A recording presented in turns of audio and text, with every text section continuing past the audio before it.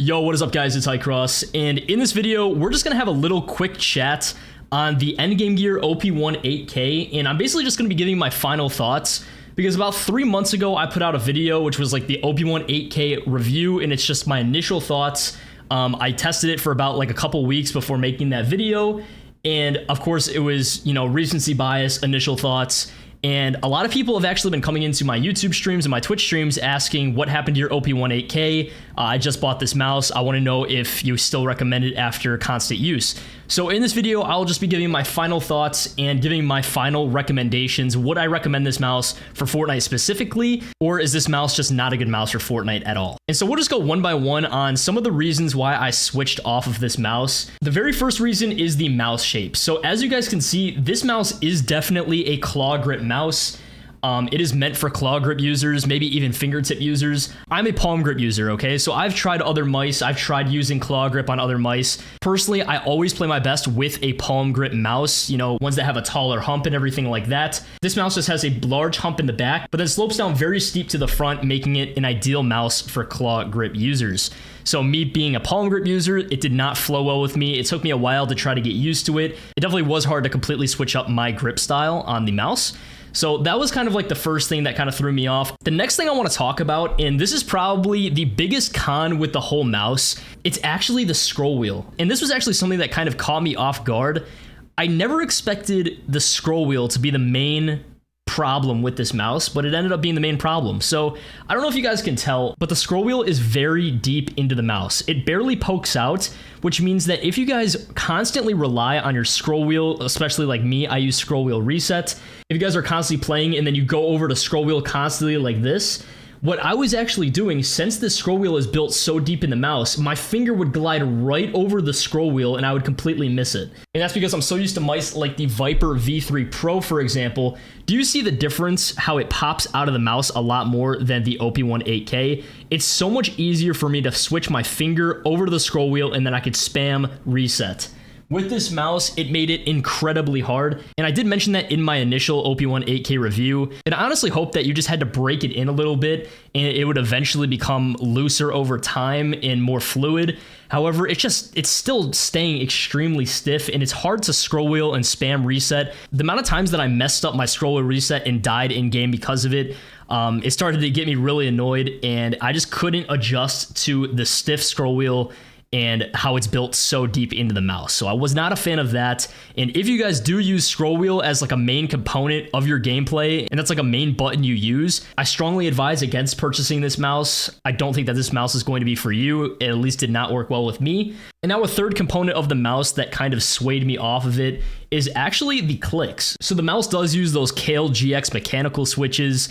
And honestly, pressing down on this mouse, it's not light. These switches are not light in the slightest. You definitely have to apply some pressure to activate the click. I actually noticed that it would kind of tire out my finger in a way. It didn't feel fluid. It kind of felt slow. Especially compared to like the GPX or the Viper V3 Pro or even the Final Mouse ULX. This mouse definitely feels the hardest to press down, and I definitely was not a fan of that. And the clicks are definitely a big reason why I ended up going back to my Logitech G Pro Superlight and then to the Viper V3 Pro. But yeah. And another thing, shout out to OKArc. I'll put the comment right on screen now. He commented, you should have mentioned that the mouse switches are easily swappable with their switch packs, so you could have Omron, Zippies, Huanos, etc. if you want. Big shout out to OKArc. I did miss that in my last video, and that is because I do not really customize any peripherals that I get. So all my keyboards, my mice, everything like that, I tend to keep stock. I don't really play around with switching anything out. The only thing I would really consider switching out would be like the mouse feet. But yeah, so if you guys are into like customizing and want lighter clicks, like I just mentioned, those Kale GX mechanical switches are very deep. They feel pretty hard to press down. So you guys can swap those out if you genuinely really like this mouse. I'm just personally not into all the customization of mice. And the final thing that sadly threw me off with the mouse, one of the major reasons why I bought this mouse was that it's 8K hertz polling rate compatible. And I was super excited. I've never had a mouse that can get up to 8K hertz. So I bought it and I wanted to try it out in Fortnite. Well, I tried it out and the amount of frame loss and hitching I was getting was unbearable. And so I put it down to 4K hertz and the same thing happened, just a little bit less. So it got pretty annoying, and I just kind of felt like this mouse's potential was wasted. And obviously, that is most likely on me, and that could be due to my PC being unoptimized, having an unoptimized OS, stuff like that. And honestly, if you guys have a crazy optimized OS and have like a NASA PC, you could probably run 8K hertz. I don't think you're going to be able to run 8K hertz smoothly in Fortnite. For sure 4K hertz if you have crazy good specs in an optimized OS. But personally, I don't think 8K hertz is really Fortnite ready yet. I think there's definitely a few more years to come before Fortnite is fully compatible with 8K hertz polling. So yeah, that was just another reason why I was just kind of bummed out about this mouse. And weirdly enough, using 4K hertz on my Razer Viper V3 Pro, I actually noticed it runs a lot smoother than this mouse does. And I don't know why, I don't know what causes that, but I lose a lot less frames on the V3 Pro compared to the OP1 8K on 4000 hertz polling. So yeah, that was just kind of weird to me.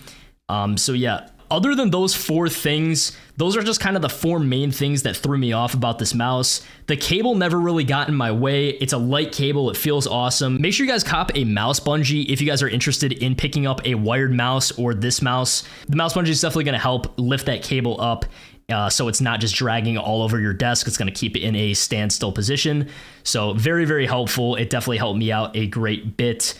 And yeah, other than that, side buttons feel absolutely incredible. The mouse coating is almost perfection. Mouse feet are awesome. No issues with the mouse feet whatsoever. And yeah, besides those four things, this mouse is great. So would I recommend this mouse for Fortnite? Personally, I'm going to say no. I think there's much better options on the market right now. This mouse costs about $85, which honestly is a pretty good price for a mouse on the market right now. However, if you guys play Fortnite at a high level, like Fortnite competitive or anything like that, I strongly recommend looking into the Razer Viper V3 Pro. That is my main gaming mouse at the moment. This mouse is absolutely phenomenal. I will actually have a video if you guys want to check out on my channel. It is my most recent mouse video besides this one that's going to be releasing. But yeah, I absolutely love this mouse. It is absolutely phenomenal. Full video will be in the description if you guys want to check that out. So yeah, this was just kind of my final thoughts on the mouse. You know, a lot of people have been asking, what are your final thoughts? Should I still get the mouse since you're not using it anymore? So yeah, hopefully this answered some of your questions. I am a little disappointed in how the mouse turned out for me, but I still use it for my laptop just as a secondary mouse option. So I am still getting a little bit of use out of it. But yeah, other than that, that will conclude this video. If you guys enjoy videos like this, please leave a like on this video and consider subscribing to my channel. I love making content for you guys. And yeah, that'll conclude this video, and I'll see you guys in the next one. Peace.